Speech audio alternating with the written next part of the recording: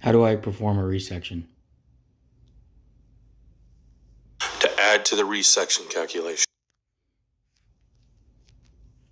What is the optimal method for performing a resection?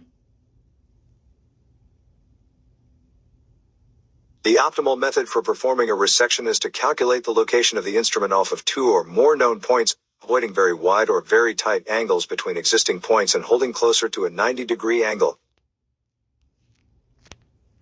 How do I get started doing a resection?